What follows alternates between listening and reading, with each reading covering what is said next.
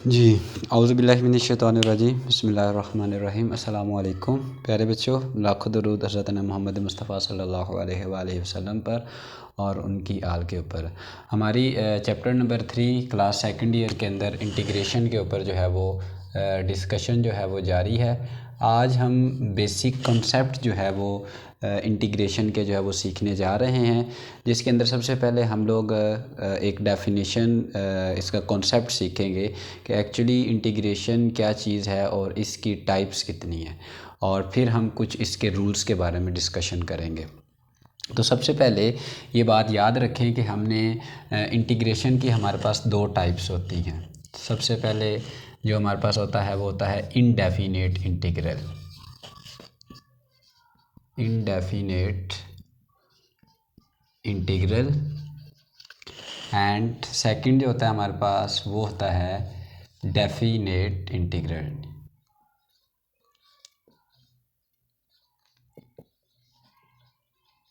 Definite integral तो देख लेते हैं। सबसे पहले हमारे पास ये बात याद रखें आप लोग के जो होता है the reverse process of derivation, मतलब हमने डेरिवेशन का चैप्टर जो पीछे पढ़ा है इसके अंदर हमने बच्चों ये देखा था कि हम अपने फंक्शन को एक्सपेंड करते हैं, वो डिपेंड करता है हमारे पास किस टाइप का फंक्शन है। अब हमारे पास जो इंटीग्रेशन का टॉपिक है इसके अंदर हमारे पास क्या होता है, हम फंक्शन को कंप्रेस करते हैं, ठीक है। और इनडेफिनेट इंटीग्रल का जो मीनिंग होता है उसका मतलब ये होता है the reverse process of derivation. The reverse process of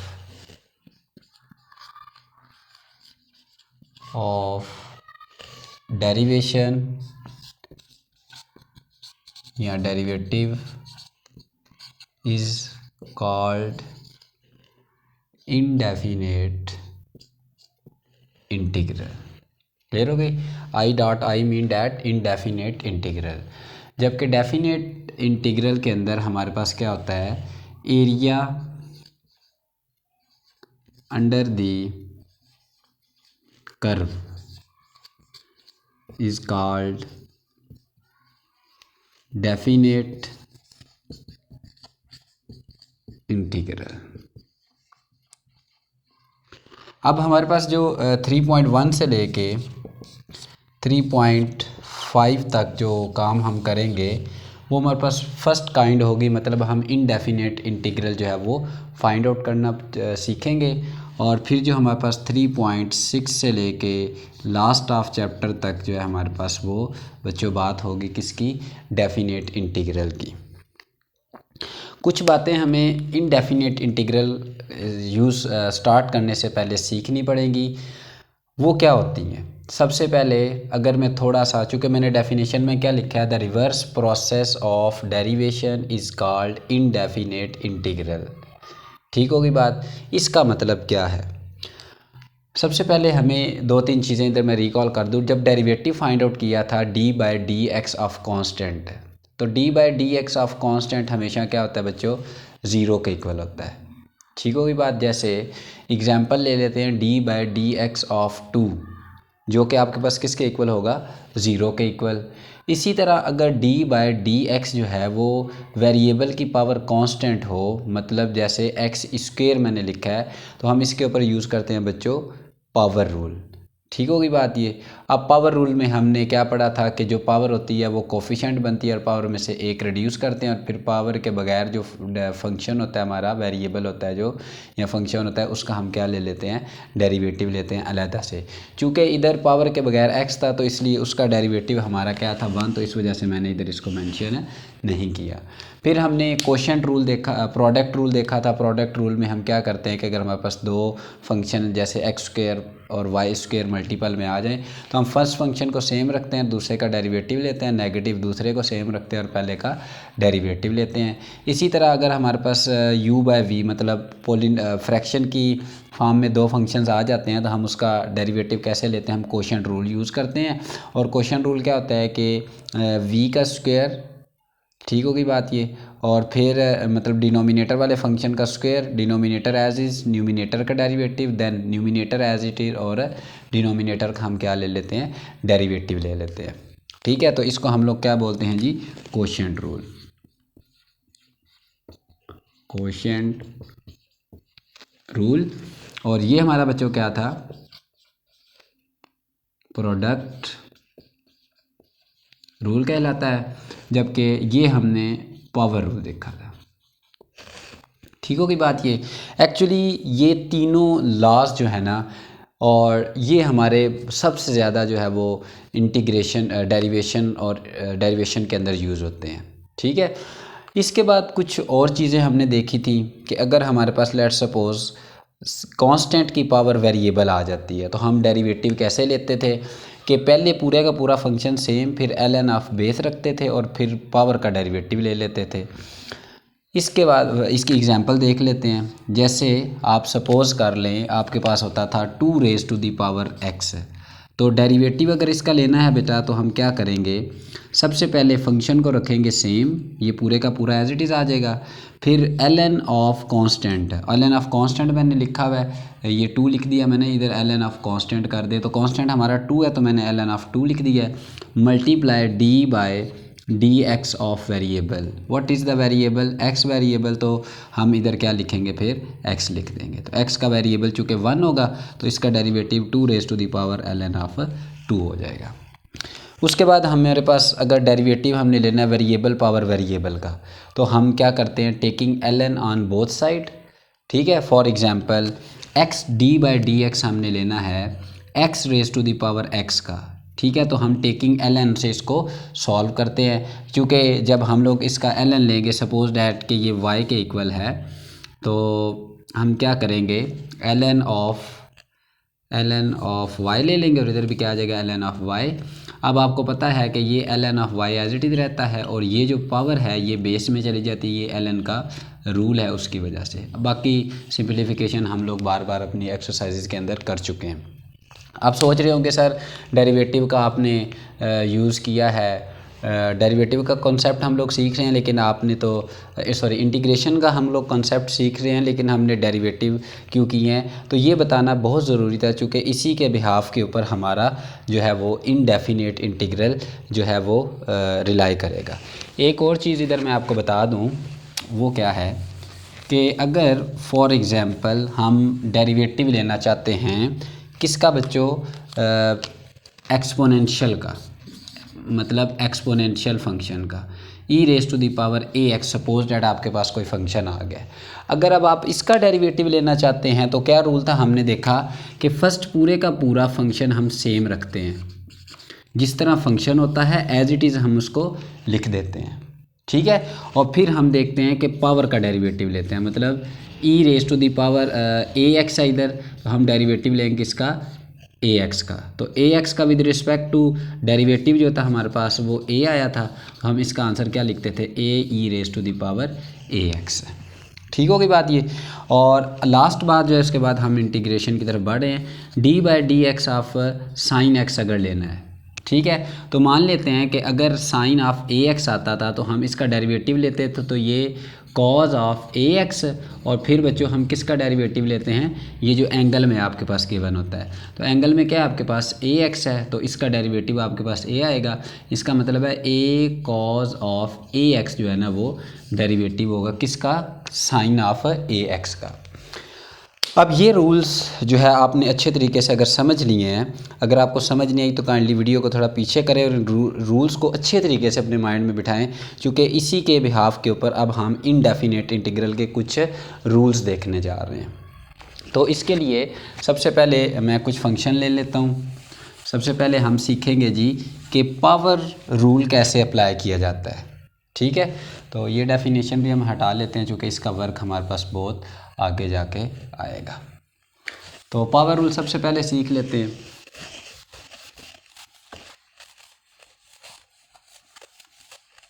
जी बेटा, पावर रूल की क्या कंडीशन होती है हमारे पास कि सपोज डैट आपके पास एक्स डी ऑफ एक्स का आपने अगर इंटीग्रेशन फाइंड आउट करना है, ये आपके पास कोई फंक्शन गिवन है, तो हम क्या करते हैं, ये जितनी भी डिस्कशन होगी ये आपको याद रखनी है आपने कि ये इनडेफिनेट इंटीग्रल के ऊपर होगी।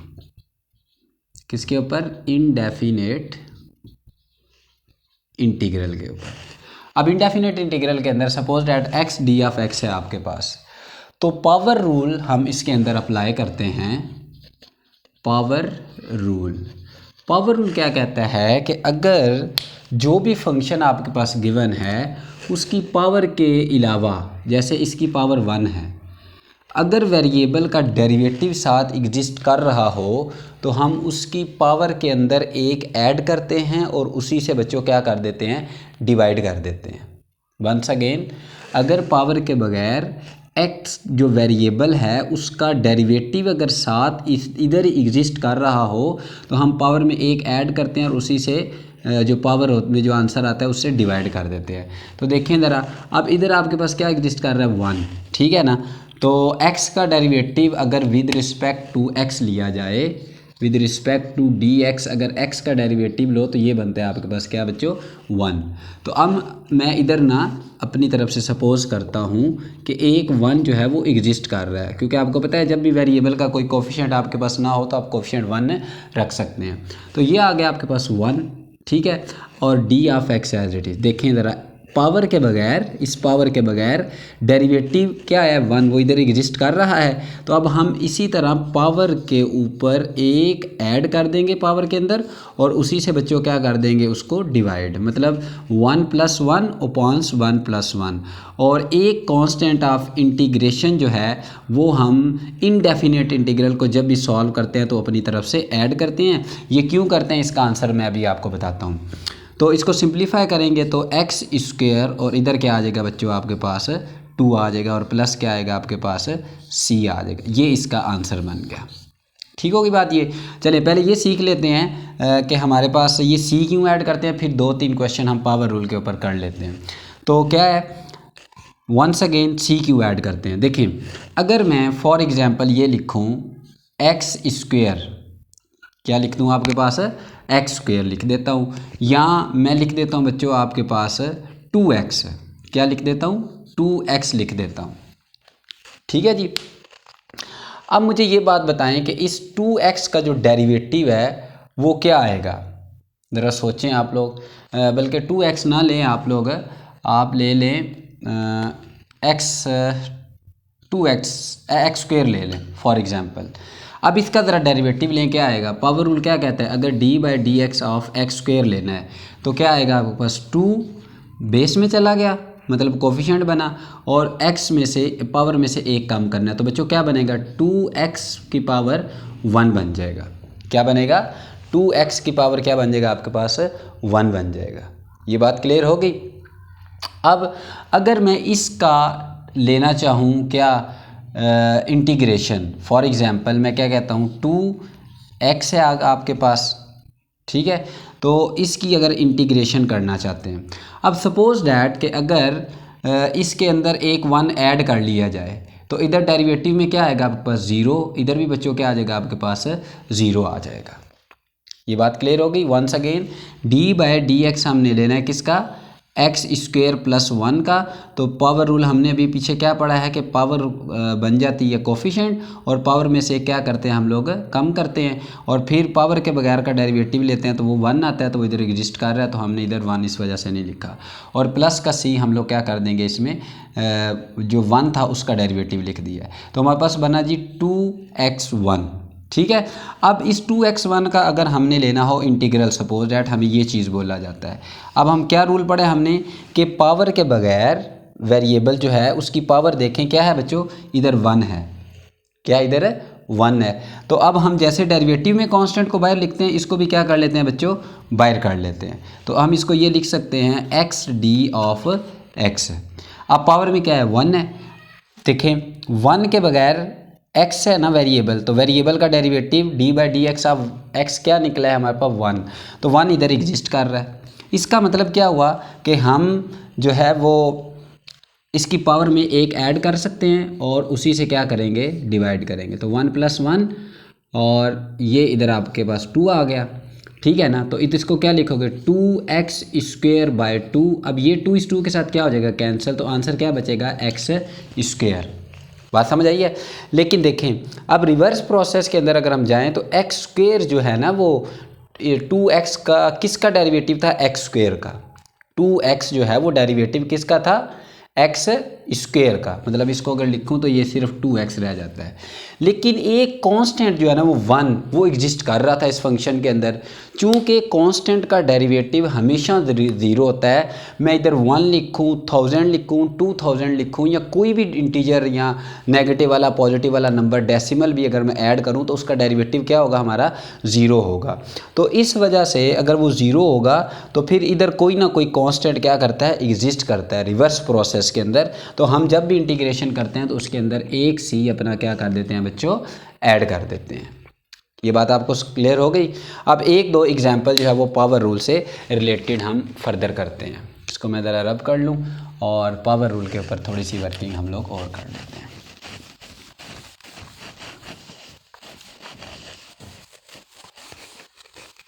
जी बच्चों, सपोज डैट पावर रूल किसकी सीख रहे हैं जी, इंटीग्रेशन का पावर रूल सीख रहे हैं। फ़र्ज़ करते हैं कि हमारे पास क्वेश्चन आ जाता है 3x square plus 2x plus 1, ठीक है ना। इसकी हमने क्या फाइंड आउट करनी है, इंटीग्रेशन फाइंड आउट करनी है।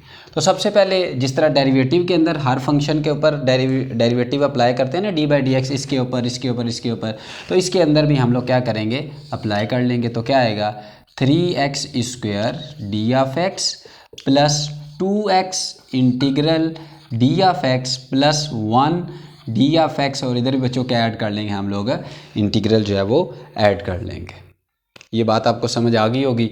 अब हम क्या करेंगे, कांस्टेंट को बाहर ले जाते हैं, 3 इंटू क्या आ जाएगा आपके पास है x square D of X plus 2 integral x d of X plus 1 integral integral 1 D of x. ठीक होगी बात। ये कांस्टेंट बाहर आ गया बच्चों। अब देखें ज़रा, पावर क्या है इधर 2, और 2 के बाद क्या एग्जिस्ट, 2 के अलावा पावर के अलावा हमारे पास 1 एग्जिस्ट कर रहा है। इसका मतलब है हम इसकी पावर के अंदर एक ऐड और उसी से डिवाइड कर सकते हैं। ठीक है, तो 3 एज इट इज रख लेते हैं, ठीक है, और इधर ऐड करेंगे तो 2 प्लस 1 डिवाइडेड बाय क्या आएगा बेटे, 2 प्लस 1, जिससे हम लोग ऐड करेंगे वही इसके अंदर क्या करेंगे, डिवाइड करेंगे। इसी तरह ये कांस्टेंट 2 एज इट इज़, इसकी पावर 1 थी। अब 1 का एक्स का डेरिवेटिव 1 होता है, जो कि हमने फाइंड किया पहले। तो x का डेरिवेटिव अगर 1 होता है विद रिस्पेक्ट टू dx, तो वो साथ एग्जिस्ट कर रहा है। इस वजह से हम पावर में एक ऐड करेंगे और उसी से बच्चों क्या कर देंगे, इसको डिवाइड कर देंगे। फिर 1 dx, देखें ज़रा, अगर मैं d by D x of x लिखता हूँ, सपोज डैट, ज़रा ध्यान से ये बात समझिएगा, बड़ी समझने वाली है। तो इसका डेरिवेटिव क्या होगा, 1, क्या होगा, डेरिवेटिव होगा 1। अब सपोज डैट मैं ये करता हूँ कि फाइंड आउट करना चाहता हूँ d by D x of आप कह सकते हैं कि 2x का, किसका, 2x का। तो क्या बनेगा आपके पास, डेरिवेटिव क्या बनेगा इसका, 2 बन जाएगा। इसका मतलब क्या हुआ कि अगर इंटीग्रल के अंदर 1 dx आए तो उसका आंसर होता है x। अगर 2 dx आए तो उसका डेरिवेटिव होता है 2x। और अगर 100 dx आ जाए इधर तो उसका जो इंटीग्रेशन होगा, अगर मैंने इधर भी डेरिवेटिव बोल दिया तो मैं इंटीग्रेशन कह रहा हूँ, 1 dx की इंटीग्रेशन x, 2 dx की इंटीग्रेशन 2x, और 100 dx की इंटीग्रेशन बच्चों क्या होगी, 100x होगी। क्या होगी, 100x होगी। तो अब हम इधर क्या लिख सकते हैं, x लिख सकते हैं, चूँकि ये रिवर्स प्रोसेस है। सिर्फ एक बात ज़हन में रखनी है कि इंटीग्रेशन ऑफ 0 dx जो है वो सिर्फ और सिर्फ 0 होती है। ये बड़ी इंपॉर्टेंट बात है जो आपने ज़हन में रखनी है कि 0 dx की इंटीग्रेशन 0 होती है। इसके अलावा जितने भी मैथ्स के अंदर कांस्टेंट होते हैं उनकी जो इंटीग्रेशन होती है बच्चों, वो आपके पास होती है वही वाला इंटीजर, वही वाला नंबर या इंटीजर, साथ में क्या वेरिएबल हम लगा लेते हैं जो हमारे फंक्शन के अंदर चल रहा होता है। फ़र्ज़ किया अगर इधर x है तो x लगा लेते हैं, y है तो y लगा लेते हैं, और इधर फिर प्लस में क्या लगा देंगे, हम कांस्टेंट ऑफ इंटीग्रेशन ऐड कर देंगे। तो ये 2 + 1 3 हो गया। इसको इसके साथ कैंसिल आउट करेंगे, इसको इसके साथ कैंसिल करेंगे तो बनेगा क्या, x3 + x2 प्लस एक्स और प्लस बच्चों क्या आ जाएगा आपके पास सी। तो ये आपने डेफिनेट इंटीग्रल का जो है वो पावर रूल जो है वो सीख लिया है। ये बात क्लियर होगी। अब ये कॉन्सेप्ट आपने अच्छे तरीके से समझने हैं, चूँकि 3.2 जब हम लोग करेंगे तो उसके अंदर पहला पूरा क्वेश्चन, उसके अंदर गालिबन 14-15 पार्ट्स हैं, वो हम लोग जो है वो सीखेंगे, वो इसी से रिलेटेड है, पावर रूल से। बात क्लियर होगी। इसको हम लोग क्या बोलते हैं, पावर रूल। एक और एग्जांपल जो है ना वो मैं करना चाहता हूँ आपके साथ, ताकि आपको पावर रूल का कंप्लीट जो है वो कॉन्सेप्ट बच्चों समझ आ जाए। वो क्या है जी, सपोज दैट फंक्शन आ जाता है इंटीग्रल 2x + 1 और रेज टू द पावर लिख लेते हैं, फ़र्ज़ किया कि 3, ठीक है। और इधर आपके पास बच्चों क्या है, d ऑफ x है। अब देखें ज़रा ध्यान से, सोल्यूशन जब निकालते हैं हमने क्या रूल पढ़ा है कि पावर के बगैर अगर फंक्शन का डेरिवेटिव एग्जिस्ट कर रहा होगा तो हम पावर में एक ऐड करेंगे और उसी से डिवाइड कर देंगे। लेकिन अगर मैं रफ वर्क के ऊपर डेरिवेटिव लूँ भला किसका, देखिएगा ज़रा, d/dx ऑफ 2x + 1 का, तो क्या बनेगा पता है ना आपको, 2 जस्ट आएगा। देखें ना, x का डेरिवेटिव क्या हो जाएगा 1, मतलब d/dx, इधर x लिखेंगे प्लस d/dx बच्चों आप लोग लिखेंगे 1, तो ये सिर्फ आपके पास क्या रह जाएगा 2।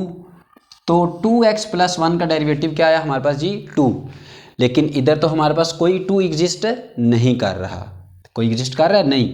हाँ, अगर इधर x होता तो फिर एग्जिस्ट कर रहा था, चूँकि x का डेरिवेटिव 1 होता और कांस्टेंट का डेरिवेटिव 0 होता तो 1 हम लगा सकते थे।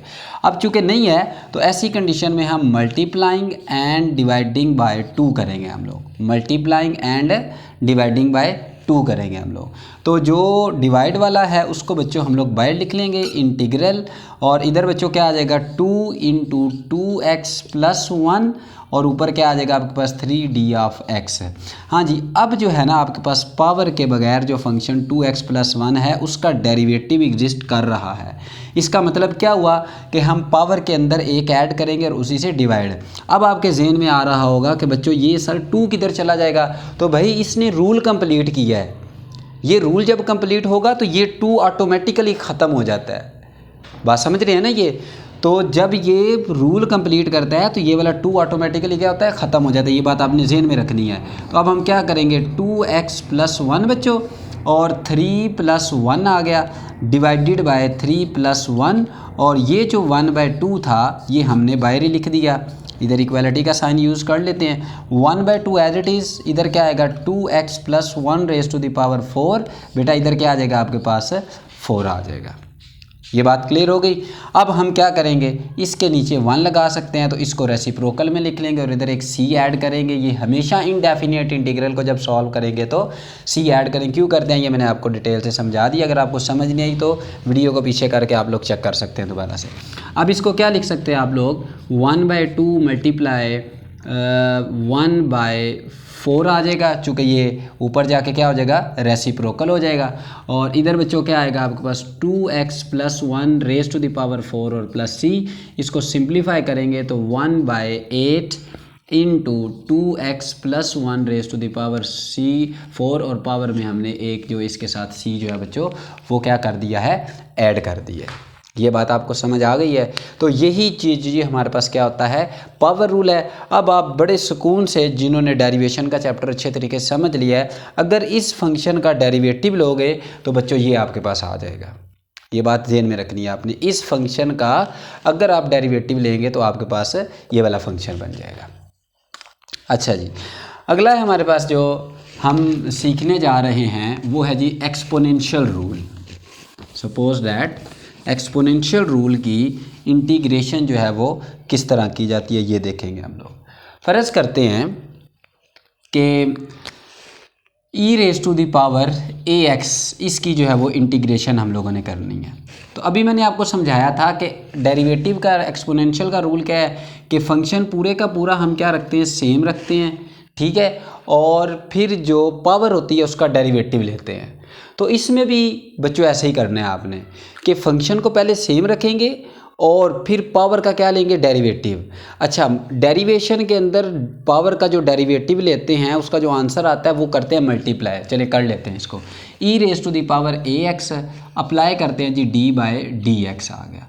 तो अब हम इसका क्या करेंगे, डेरिवेटिव जब लेंगे E raise to the power A X same रखेंगे बच्चों, और फिर डी बाय डी एक्स हमने किसका लेना है, इसकी पावर का। तो इसकी पावर में जब ए एक्स एग्जिस्ट कर रहा है तो आपको पता है कि ए एक्स का डेरिवेटिव क्या आएगा, ए, चूँकि डी एक्स का डेरिवेटिव 1 होता है तो ये क्या बनेगा, A E raise to the power A X बन जाएगा।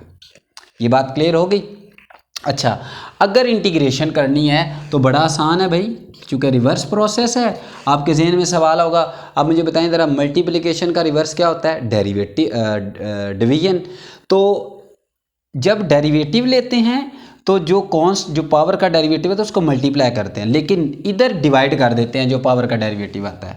तो E raise to the power A X, तो इसका डेरिवेटिव चूँकि ए आया था तो अब हम इसको किस ए से क्या कर देंगे, डिवाइड, और एक कांस्टेंट ऑफ इंटीग्रेशन बच्चों क्या कर देंगे, इसके अंदर ऐड कर देंगे। ये बात आपको समझ आई है जी। क्या कहा है मैंने, एक्सपोनेंशियल फंक्शन का अगर इंटीग्रेशन करना है तो सबसे पहले हम क्या करते हैं, पूरे का पूरा फंक्शन सेम नीचे लिख लेते हैं। ज़रा दोबारा से इसको मैं समझाता हूँ प्रॉपर वे से, ये आपको कंसेप्ट तो समझ आ गया। तो क्या करेंगे, E raise to the power A X, ये बिल्कुल सेम लिखेंगे, ठीक है। और फिर हम क्या करेंगे, जो इसका पावर का डेरिवेटिव आया उससे क्या करेंगे हम लोग, डिवाइड, और प्लस कांस्टेंट ऑफ इंटीग्रेशन बच्चों क्या कर देंगे, हम इसमें ऐड कर देंगे। ये सॉल्यूशन होता है किसका बच्चों, एक्सपोनेंशियल फंक्शन का। अच्छा जी, इसके अंदर इसके बाद हमने ये देखा था कि अगर फॉर एग्जांपल ये तो था एक्सपोनेंशियल फंक्शन, फ़र्ज़ किया हमारे पास बच्चों आ जाता है कि कांस्टेंट की पावर वेरिएबल, कांस्टेंट की power variable, for example integration of 2x, integration of 2x D of x की। तो कैसे करेंगे हम लोग, 2x डी ऑफ x अगर हमने निकालना है तो सबसे पहले हम पूरे का पूरा फंक्शन क्या रखेंगे, सेम रखेंगे। वैसे देखें ज़रा, मैं रिकॉल करता हूँ, 2x D by D x का डेरिवेटिव कैसे लेते थे, पहले फंक्शन सेम रखते हैं बच्चों, ये पूरे का पूरा फंक्शन क्या रखते हैं, सेम, और फिर ln ऑफ 2 मतलब कांस्टेंट, और फिर d बाई डी एक्स किसका ले लेंगे हम लोग, x का, और वो इसके साथ क्या कर देते हैं, मल्टीप्लाई। इसमें और इसमें फ़र्क क्या है कि ये जो ln ऑफ 2 लेते हैं, चूँकि ये कांस्टेंट होता है ln ऑफ 2, तो हम ln ऑफ जो कांस्टेंट होगा, what ever the constant is, अगर इधर आपके पास 100 आ जाता है, 200 आता है, जो भी आता है उसको हम उसी से क्या करते हैं, डिवाइड कर देते हैं। क्या मतलब है इसका, 2 raise to the power x as it is, x का डेरिवेटिव लेंगे तो वो आता है 1, और ln ऑफ 2 इधर मल्टीप्लाई करते हैं। लेकिन जब इंटीग्रेशन का क्वेश्चन होता है तो इंटीग्रेशन के अंदर ln ऑफ 2 से हम लोग क्या कर देते हैं, डिवाइड, और प्लस c जो है हम लोग बच्चों इसके अंदर क्या कर देते हैं, ऐड कर देते हैं। ये बात आपको क्लियर हो गई। वंस अगेन, अगर कांस्टेंट की पावर वेरिएबल आए तो डेरिवेटिव के अंदर हम क्या करते थे, ln ऑफ पूरा फंक्शन सेम रखते थे, और फिर जो आपका कांस्टेंट होता है उसको ln के साथ लिखते हैं और पावर का क्या लेते हैं, डेरिवेटिव। लेकिन इधर इंटीग्रेशन के अंदर फंक्शन सेम, पावर का डेरिवेटिव, और ln ऑफ जो कांस्टेंट होता है उसको उधर मल्टीप्लाई करते हैं, तो इंटीग्रेशन के अंदर हम लोग बच्चों क्या कर देते हैं, डिवाइड कर देते हैं। ये बात क्लियर हो गई आपको। आगे बढ़ते हैं। अगला रूल है जी हमारे पास,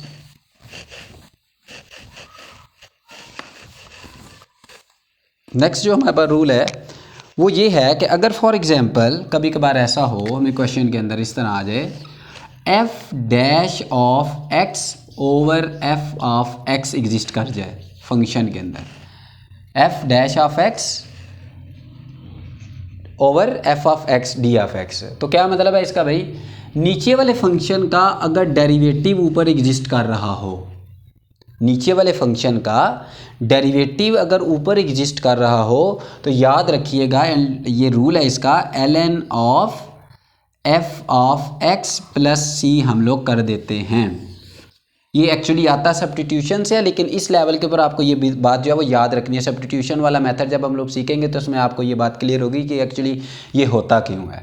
ठीक है, मिसाल के तौर के ऊपर देखें ज़रा, फॉर एग्जांपल हम ले लेते हैं साइन ऑफ एक्स, ठीक है, divided by cause of x. ठीक होगी बात ये।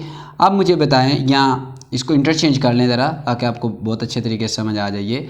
कॉज ऑफ एक्स आ गया और इधर क्या आ गया बेटा आपके पास, साइन ऑफ एक्स आ गया। ये बात क्लियर हुई आपके पास। देखें साइन एक्स का डेरिवेटिव क्या था, d by D x of sine of x किसके बराबर होता है बच्चों, cos of x d of x के इक्वल होता है। साइन एक्स का डेरिवेटिव कॉज एक्स होता है।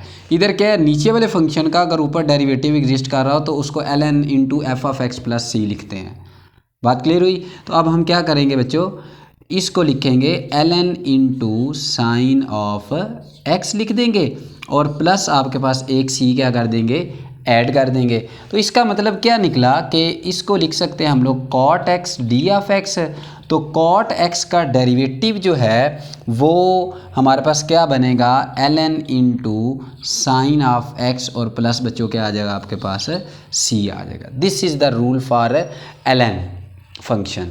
अब फॉर एग्जांपल आपके जहन में एक सवाल आ रहा होगा कि सर अगर हम इंटीग्रेशन करें 1/x की तो क्या आएगी। देखें नीचे वाले फंक्शन x है, x का डेरिवेटिव क्या होता है जी, सोचें ज़रा, शाबाश कमेंट में बताएं मुझे ज़रा, मैं आपका वेट कर रहा हूँ कि x का derivative with respect to dx क्या होता है। शाबाश, ये कमेंट में आपने लिखना है। तो क्या होता है बच्चों, 1।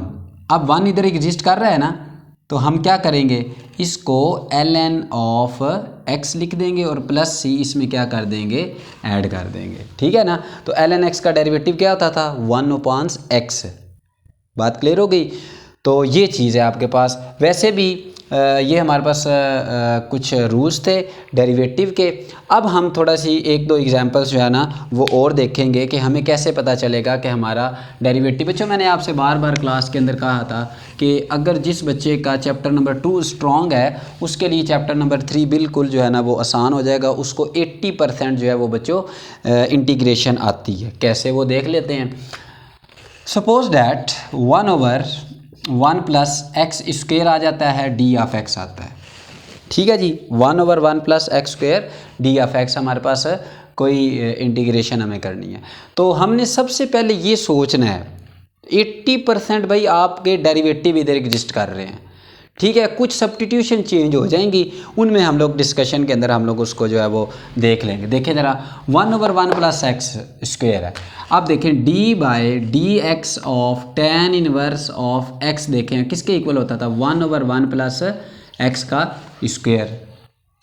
किसके इक्वल होता है, 1/1 + x²। अच्छा, जनरली ये जो फार्मूला आता है ना वो ये होता है 1/a tan inverse of x। ये डिस्कशन एक अलहदा है, ये मैं क्वेश्चंस के अंदर आपको टॉपिक आएगा उसके अंदर जो है वो आपको समझाऊंगा। फिलहाल आप इधर यही इस पे फोकस करें अपना। d/dx of tan inverse of x किसके होता है, 1/1 + x²। तो 1/1 + x² तो गिवन है। इसका मतलब है ये किसका डेरिवेटिव था, tan इनवर्स ऑफ x का। तो हम आंखें बंद करके इधर बच्चों क्या लिखेंगे, tan इनवर्स ऑफ x लिख देंगे और प्लस कांस्टेंट ऑफ इंटीग्रेशन इसके अंदर बच्चों क्या कर देंगे, हम लोग ऐड कर देंगे। ये बात क्लियर होगी आपको। अच्छा जी, कुछ एग्जांपल्स और कर लेते हैं हम लोग। पावर रूल भी आपको समझ आ गया होगा। जैसे मान लेते हैं बच्चों secant² x D of x। मैं बार बार कह रहा हूँ जिसको डेरिवेटिव के फार्मूले आते हैं उसके लिए इंटीग्रेशन करना मुश्किल नहीं है। अब ज़रा सोचें d/dx ऑफ अगर tan x की लेते हैं तो बेटा क्या होता है, वो किसके इक्वल होता है भला पता है आपको, secant² ऑफ x। तो secant² तो इधर आ रहा है, चूँकि ये रिवर्स प्रोसेस है तो हम सीधी सीधी क्या करेंगे, इधर लिखेंगे tan ऑफ x और इधर हम कांस्टेंट ऑफ इंटीग्रेशन क्या कर देंगे, ऐड कर देंगे इसके अंदर। ठीक है जी। और एक एग्जांपल और कर लेते हैं, फिर हम अपनी एक्सरसाइज की तरफ मूव करेंगे। ये कुछ बेसिक कॉन्सेप्ट हैं बच्चों, इसको अच्छे से प्रैक्टिस करें और जो प्रैक्टिस करेंगे वही आगे बढ़ेंगे इंशाल्लाह। फ़र्ज़ किया लिख लेते हैं जी साइन ऑफ ax + b। ये क्वेश्चन है वैसे एक्सरसाइज का, इसकी हमने करनी है इंटीग्रेशन। ठीक है जी। अब सबसे पहले मेरे बेटे क्या करें, इधर डेरिवेटिव लें। पहले किसका डेरिवेटिव लें, d/dx of sine into ax + b का।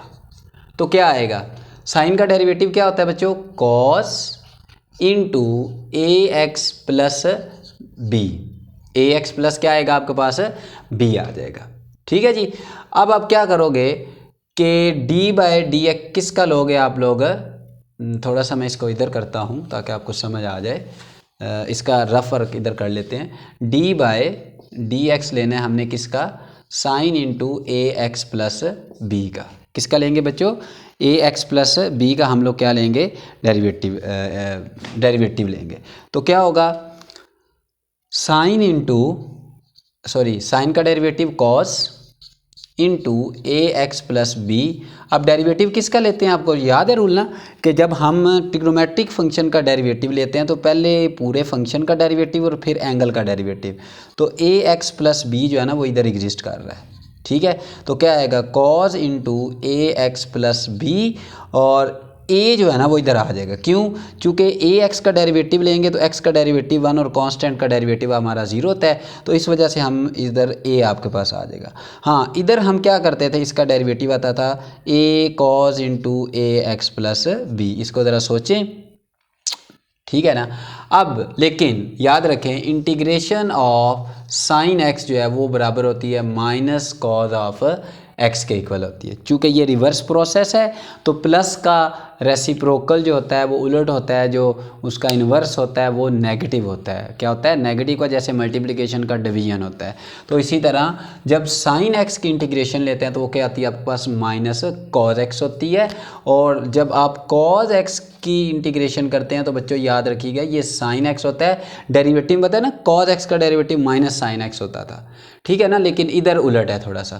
तो अब हम क्या करेंगे कि इंटीग्रेशन में चूँकि रिवर्स प्रोसेस है, इधर मल्टीप्लाई करते हैं तो बस भाई जी जो एंगल का आएगा ना आपके पास डेरिवेटिव, उसी से हम लोग क्या कर देंगे, इसको डिवाइड करेंगे। तो क्या आएगा आपके पास, माइनस कॉज, सोल्यूशन लिख लेते हैं, सोल्यूशन लिखा हमने, cos of a x plus b बेटा आ गया। ठीक है ना, माइनस के साथ, और डिवाइडेड बाय क्या करेंगे हम लोग भला, ए। क्यों, ए एक्स प्लस बी का डेरिवेटिव लेंगे तो बनेगा क्या, ए। तो इंटीग्रेशन के अंदर जो एंगल का डेरिवेटिव आता है उससे डिवाइड करते हैं, और डेरिवेटिव में हम लोग क्या करते हैं, मल्टीप्लाई, जैसे एक्सपोनेंशियल का मैंने रूल आपको समझाया। तो भाई इसकी इंटीग्रेशन क्या आएगी आपके पास, इधर सी हम लोग क्या कर देंगे, ऐड कर देंगे। तो minus cos into A x plus B divided by A plus C आपका इसका क्या है बच्चों, इंटीग्रेशन है। आई होप सो आपको ये बातें समझ आई होंगी। ठीक है, वीडियो को बड़े आराम से तसल्ली से देखें और इसकी बार बार प्रैक्टिस करें, क्योंकि ये बेसिक कंसेप्ट है। ये जितने अच्छे कंसेप्ट होंगे इतने अच्छे से आपको जो है आपकी एक्सरसाइजेज करनी आसान लगेगी। ठीक है, वीडियो अच्छी लगी हो तो काइंडली लाइक करें। चैनल पे न्यू आने वाले बच्चों से रिक्वेस्ट है कि चैनल को सब्सक्राइब करें, कमेंट करें और शेयर करें। आपकी ये थोड़ी सी अप्रिसिएशन जो है वो मुझे हेल्प आउट करेगी कि मैं थोड़ा सा मोटिवेट हो जाऊंगा कि बच्चों को मेरी समझ आ रही है। तो मैं ज़्यादा से ज़्यादा अच्छी से अच्छी वीडियो एजुकेशन से रिलेटेड बना के आपको शेयर करूँगा। एंड पे बेटा मैसेज ये है कि अपने माँ बाप का जो है वो एहसास करें, उनसे ऊंची आवाज़ में बात मत करें। अल्लाह ताला ने कुरान पाक के अंदर 5 जगहों के ऊपर अपनी हुक्म की तामीर के साथ साथ अपनी जो बंदगी के साथ साथ माँ बाप का हुक्म मानने का जो है वो कहा हुआ है। तो अल्लाह ताला हम सबको अपने माँ बाप की खिदमत करने की तौफ़ीक अता फ़रमाए।